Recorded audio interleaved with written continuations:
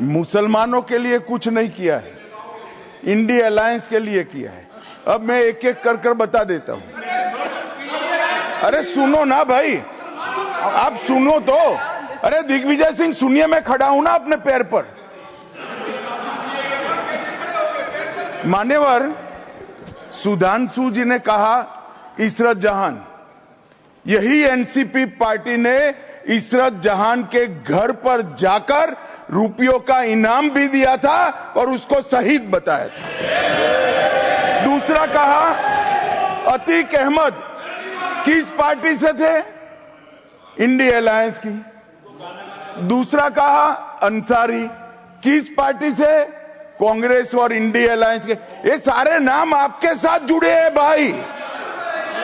उल्टा उन्होंने तो मुसलमान कम्युनिटी से तो ढेर सारे शायरों का नाम दिया जिन्होंने साहित्य की सेवा की और ढेर सारे साहित्य की रचना की।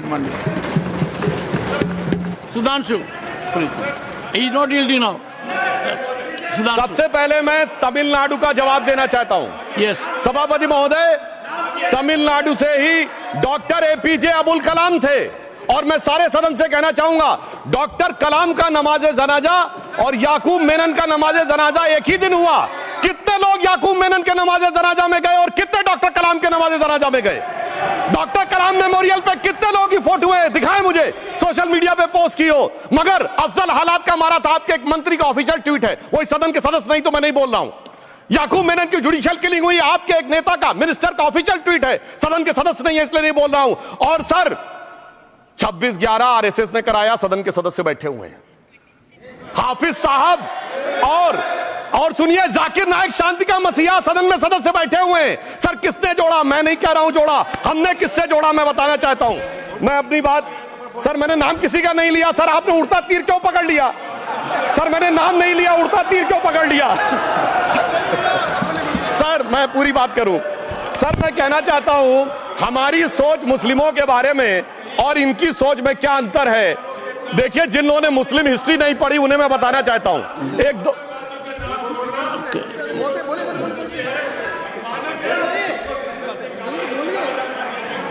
सभापति महोदय, मैं थोड़ा उन लोगों को इस्लामिक हिस्ट्री के बारे में बताना चाहता हूं। Honourable Digvijay Singh, please, no, I'll give a chance. I'll give. Honourable Digvijay Singh ji. माननीय सभापति महोदय, जो माननीय सदस्य ने बात कही है, मैं सुन रहा था डॉक्टर त्रिवेदी जी की बात। उन्होंने कहा था ऐसे ऐसे ऐसे मुसलमान हम लोगों के साथ हैं और वैसे वैसे मुसलमान इन लोगों के साथ हैं। बात यह है कि आपने जिस तरह से इस पूरी बात कही है, ये घोर आपत्तिजनक है, अपमानित करती है। और जो माननीय सदस्य ने भी मेरे बारे में भी कहा है, मैं उनके निंदा करता हूं। Honourable home minister, honourable home minister, honourable home minister, एक सेकंड।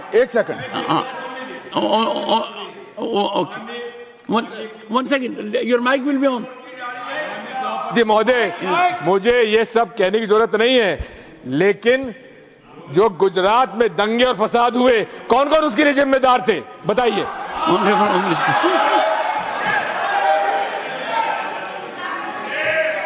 मान्यवर, मैं ध्यान से बारीकी से पूरे संवाद को सुन रहा हूं।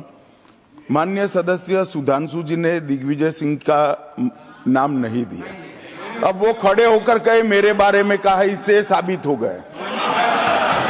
और अभी भी मौका है, आपने नहीं कहा है कि 26/11 के हमले में आरएसएस का हाथ था, तो अभी खड़े होकर माइक चालू कराकर बुलवा दीजिए। माननीय,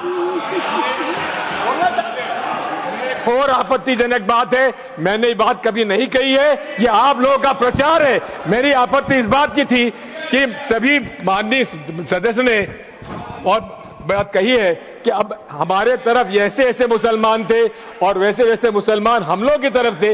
ये पूरे समाज के साथ, पूरे अल्पसंख्यक समाज के साथ अपमानजनक बात है।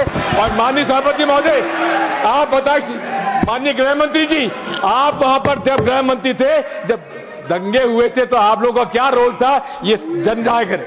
ऑनरेबल होम मिनिस्टर, नेवर इनको मेरा हुआ ऐसा है कि मैं ही दिखाई पड़ता हूं। आपकी सुनिए अब सुनिए ना दिग्विजय सिंह, सुनिए 1 मिनट सुनिए। दंगे शांत होने के बाद 18 महीने के बाद मैं गृह मंत्री बना, दंगा हुआ तब मैं गृह मंत्री नहीं था। सुधांशु त्रिवेदी संदर्भ में किसी का नाम नहीं लिया। अजीज बर्नी की किताब थी 2611 एंड आरएसएस कॉन्स्पिरेसी, कोई जाके चेक कर ले उसमें कौन कौन कहां कहां था। अब मैं मुसलमानों के बारे में कहना चाहता हूं, मुस्लिम समाज के लिए। बहुत से लोग ऐसे हैं जिनको मुस्लिम समाज की हिस्ट्री नहीं पता है। मैं बताना चाहता हूं, भारत से जब न्यूमेरिक सिस्टम सबसे पहले गया तो अल जहार थे सबसे पहले, जिन्होंने जाके 1793 में जो सूर्य सिद्धांत था उसका अरबी में ट्रांसलेशन हुआ सिंध हिंद। और हम बता रहे हैं हम किस तरह के मुस्लिम को साथ रखते हैं। डॉक्टर कलाम से बड़ा आलिम इस्लाम में साइंसदान नहीं हुआ, और आरिफ मोहम्मद खान साहब जो बिहार के गवर्नर हैं उनसे बड़ा आलिम फाजिल मुसलमान आज सियासी जमात में तो नहीं होगा, यह मैं दावे के साथ कह सकता हूं। मगर मैं बताना चाहता हूं सर, उसके बाद उन्होंने एक किताब लिखी, एक सर 10th सेंचुरी के मुस्लिम राइटर थे जिन्होंने किताब लिखी, उसका नाम था the compendious book of balancing and completion according to Hindu calculation, जिसको शॉर्ट में अल जब्र कहा गया, और वहां से अलजबरा निकला। और सर उसके बाद अल ख्वारिज्म आया। और सर आज मेरे ख्याल से सदन के बहुत से लोगों को नहीं पता होगा, ये जो एल्गोरिथम वर्ड है ये अल ख्वारिज्म से आया हुआ है। एक जमाने में इस्लाम में बैतुल हिकमत था, यानी वो सबसे बड़ा हिकमत का केंद्र था, जब एक से एक लोग होते थे। बहुतों को नहीं पता होगा कि कोलंबस ने जिस नक्शे के थ्रू दुनिया ट्रेवल किया था वो बनाने वाला भी एक मुस्लिम था, अल इदरीसी। मगर सर एल्गोरिथम आज ऐसा बदला कि एआई के एज में दलगत भावना से ऊपर उठकर औरंगजेब के साथ खड़े हो गए। सर ये एल्गोरिथम किसने बदल दिया, ये मैं बताना चाहता हूं। इस पे थोड़ा सोचने की जरूरत है। इसलिए मैं कहता हूं मुस्लिम पॉलिटिक्स की सोच क्या थी, हमने किन मुसलमानों का साथ दिया है, मैं बताना चाहता हूं सर। वीर अब्दुल हमीद की शहादत की 50वीं वर्षगांठ 2015 में हुई।